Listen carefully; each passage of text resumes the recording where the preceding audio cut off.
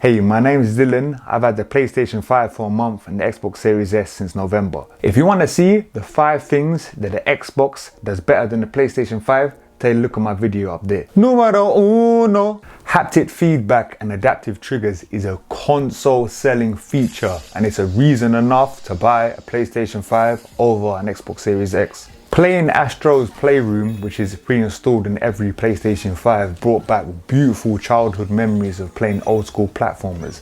And it's the truest next-gen game right now, showcasing what this beautiful controller is capable. The controller right here has high quality speakers that completely change depending on what terrain you're walking on. So if you're walking on rain, if you're walking on snow, it's all going to be different. And it also has a microphone like the Nintendo DS, so a lot of times you're going to have to blow to it. This just adds another layer of immersion to the game because you're feeling things that you wouldn't have felt with a traditional controller.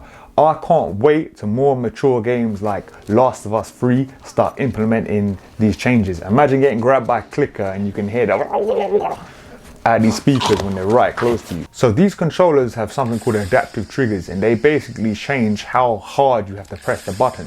So normal first person shooters, you just press a generic button press. But now in Call of Duty and subsequent games, if you have to shoot an RPG or a shotgun, it's a harder press, where compared to just having a 9mm where it's just like that. Whilst the Xbox Series S and X controller is an improvement over the Xbox One, it has added grip, it has an improved D-pad, it has a share button, it screams last gen in comparison to the DualSense. If I was Microsoft, I would try my hardest to create a haptic feedback equivalent.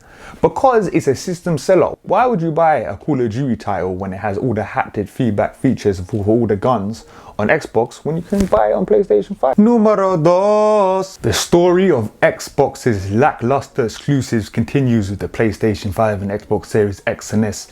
While the Xbox has launched with mainly third-party titles, PlayStation 5 has already started strong with exclusives like Demon's Souls, Spider-Man Miles Morales, I think the best game on PlayStation 5, Astro's Playroom, and with big third-party titles like Horizon Forbidden West and Ratchet & Clank soon coming this year. The problem is every Xbox game is not a true exclusive, as every game, including the underwhelming psychological thriller Medium released recently, comes also on PC.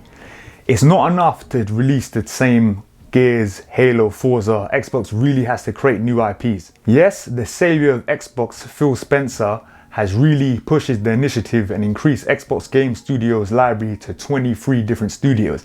But the problem is there's no guarantee that these games are going to be anywhere near the IPs of PlayStation 5. And even if they are, they're going to take years and years before they come to fruition and make Game Pass a better deal than it is right now. Sadly, Microsoft is still paying for the abysmal exclusives of the Xbox One generation. Meanwhile, Sony Studios are pumping out banger after banger after banger of established IPs.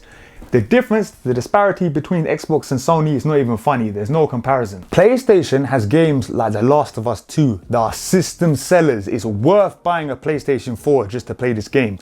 Xbox has no games like that. The last time they did was with Halo 3 way back in the day with the Xbox 360. Numero tres. For the very first moment you boot up the PlayStation 5, everything's new and fresh. User interface is not practical, it is beautiful. Every game, PlayStation 4 or PS5, will encompass the entire screen and have its own unique theme and play and accompanying music.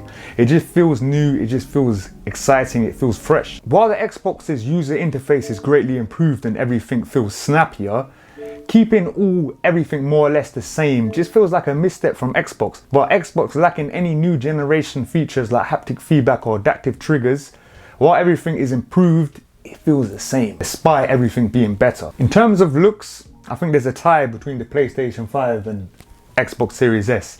The X, I think, is the most unappealing of all the consoles, as all it is just a black, unassuming box. For more of the latest gaming news, how-tos and tips and tricks, please like and subscribe to my YouTube channel. Numero cuatro. Despite both consoles having an 8-core CPU from AMD, while the Xbox is clocked at 3.8 GHz and the PlayStation 5 clocked at 3.5 GHz. Both have AMD processors, with the PS5 having 12 teraflops of power and the Xbox having 10.28 teraflops of power, giving objectively the Xbox a little bit more powerful. The PS4 is still outperforming Xbox in third-party games despite the power difference. Digital Foundry has released numerous comparisons between the Xbox Series X and the PlayStation 5, and notably Devil May Cry's 120 FPS mode runs a lot more smoother on the PlayStation 5 than the Xbox. Sometimes there's more than 40 frames difference. Even Assassin's Creed Valhalla, a game heavily affiliated with the Xbox Series X marketing campaign, runs a lot more smoother on the PlayStation 5. You can see all the video comparisons of numerous games between the PlayStation 5 and Xbox Series X in the links in the description. The performance gaps, despite the Xbox's increased power, are due to Xbox developers getting the development kits around about June time, whereas PlayStation 5 developers had the developer kits way before that. So it does take time for developers to understand the new generation hardware, but certain developers told the website Verge basic things like gamepad linking and profile switching awkward to code to. It's no surprise that Sony's development kits are far easier to develop for than Xbox's, due to the fantastic groundwork Sony did with its developers way back in PlayStation 4 with numerous bangers after bangers. Xbox is playing catch up and PlayStation 5 is relishing all the groundwork they laid in the previous generation. Numero 5. PlayStation Plus offers fantastic value with 21 generation defining games, all available to download for free if you have PlayStation Plus. Any old crappy games either. There's Uncharted 4, God of War, Resident Evil 8, Bloodborne, and much more. And better still, with PlayStation Plus, you get 2 free PlayStation 4 games and 2 free PlayStation 5 games every month. This is similar to Xbox games with Gold, but unlike the truly crackable Xbox Gold games this March, Sony released the banger that is Final Fantasy VII, a remake to one of the most successful games of all time.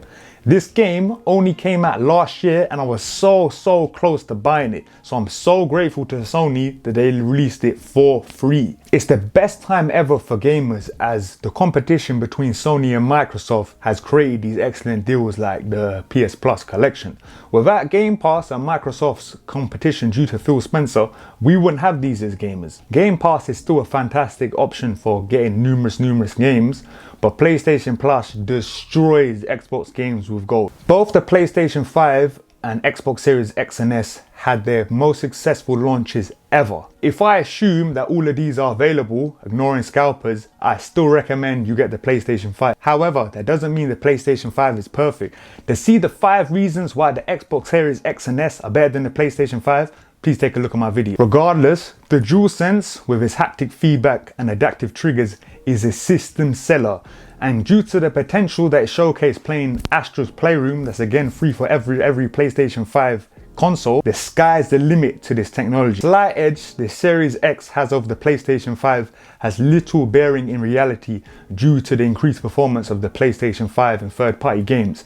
Yes, this will improve over time as developers get more accustomed with the new developer kit for the Series X, but at least right now, there's no reason to buy an Xbox X over a PlayStation 5. Thank you so much for watching. Please like and subscribe for more gaming content. It's your boy Dylan signing out. Peace.